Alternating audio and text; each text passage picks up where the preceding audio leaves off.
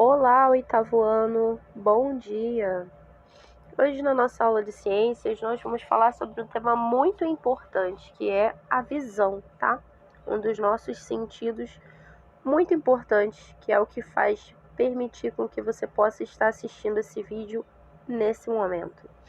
A gente vai compreender, então, como funciona a nossa visão, como são formadas as imagens, e o que a gente tem, quais são as partes que compõem os nossos olhos, tá? Então, a visão. A esclera, ou também pode ser chamada esclerótica, que é a parte branca do olho, ela protege o olho, né?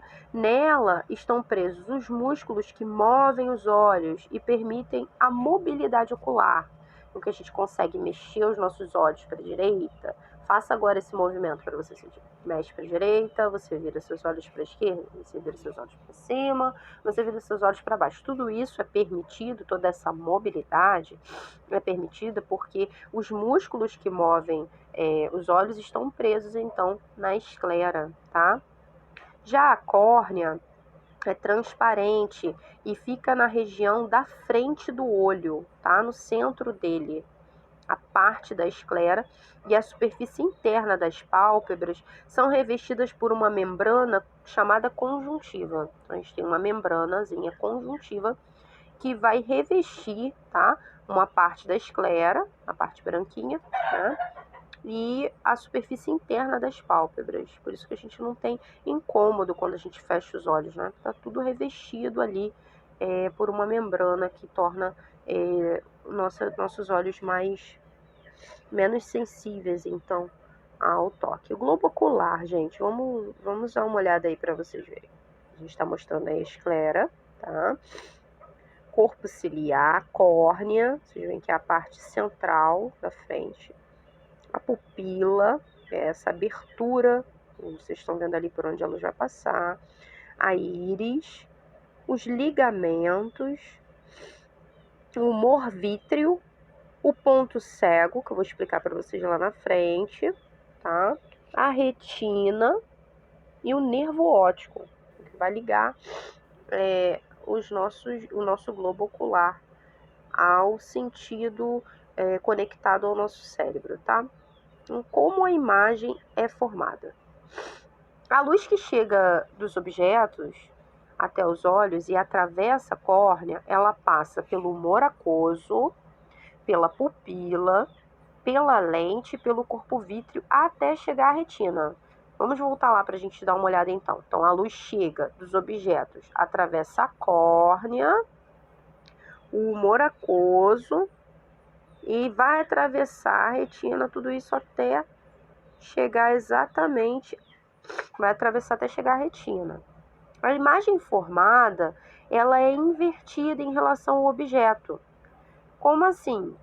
A nossa primeira visão, ela forma uma imagem invertida do que você está vendo, tá?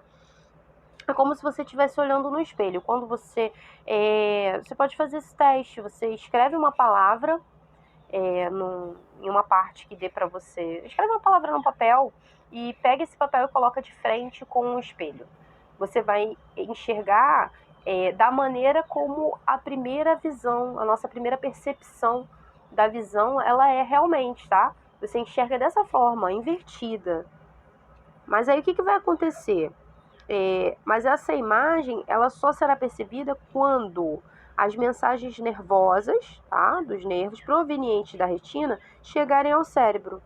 E então, o cérebro é o órgão que fornece a imagem correta do objeto.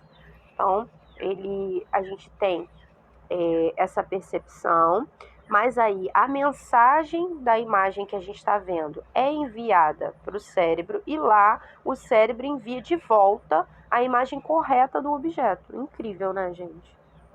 Façam o teste, escrevam uma palavra no papel e coloquem esse papel de frente ao espelho, vocês vão ver. Na realidade, a gente enxerga dessa forma, mas quando a mensagem é enviada ao nosso cérebro, ele devolve, tá, a mensagem do objeto na forma correta. A retina, então. Na retina, a gente tem aproximadamente 160 milhões de células que são sensíveis à luz, que podem ser de dois tipos, os bastonetes e os cones. Os bastonetes, eles são muito sensíveis à luz e captam as imagens em lugares pouco iluminados, tá? Então, é o que nos possibilita, por exemplo, enxergar no escuro. Entretanto, os bastonetes, eles não distinguem cores, tá? As imagens que eles fornecem não são muito nítidas também. Já os cones funcionam melhor em ambientes mais iluminados e fornecem imagens mais nítidas e coloridas. Tá? Então, ele funciona melhor sob iluminação e vai fornecer uma imagem mais nítida e mais colorida. E o ponto cego? O que é o ponto cego? Na parte da retina atravessada pelo nervo óptico, não há cones e nem bastonetes. Essa região em que a imagem não pode ser detectada é o que chamamos de ponto cego, tá? Então, a gente tem uma parte na retina que não tem nem cones e nem bastonetes. É exatamente ponto cego. A gente vai entender um pouquinho sobre os problemas de visão, tá? Quase todo mundo hoje em dia tem problema de vista ou conhece quem tem alguém na família que tenha, né? E aí precisa usar óculos e às vezes, né, para correção. Tem alguns casos em que é necessário ser feita até mesmo cirurgia. A gente vai entender um pouquinho. A miopia, como é que ela ocorre? Nesse caso, quando a pessoa tem miopia, os objetos que estão mais distantes passam a ser vistos fora de foco, tá? A pessoa vê desfocado, resultando então na dificuldade de enxergar a distância. Então, no caso da miopia, os objetos que estão mais longe do campo de visão dessa pessoa, tá? Mais distante, eles ficam fora de foco. E aí, resultando então na dificuldade de enxergar de longe. E o astigmatismo? Em algumas pessoas, a lente, a córnea, ou as duas coisas, a lente e a córnea, tem um formato irregular, tá? O formato da lente ou da córnea dessa pessoa é irregular. E com isso a imagem fica fora de foco em algumas direções. Então, é uma perda de foco, tá? E a catarata? A catarata, ela acontece mais em pessoas idosas, é mais comum após os 50 anos, a gente está colocando cientificamente aqui após os 50 anos, mas é mais comum acima ainda dos 65, tá? A gente consegue observar na catarata uma pequena película que se forma e ela atrapalha então a transparência da visão. Tá? Geralmente é resolvido com cirurgia. E o glaucoma? No glaucoma, há uma questão de excesso de humor aquoso, tá?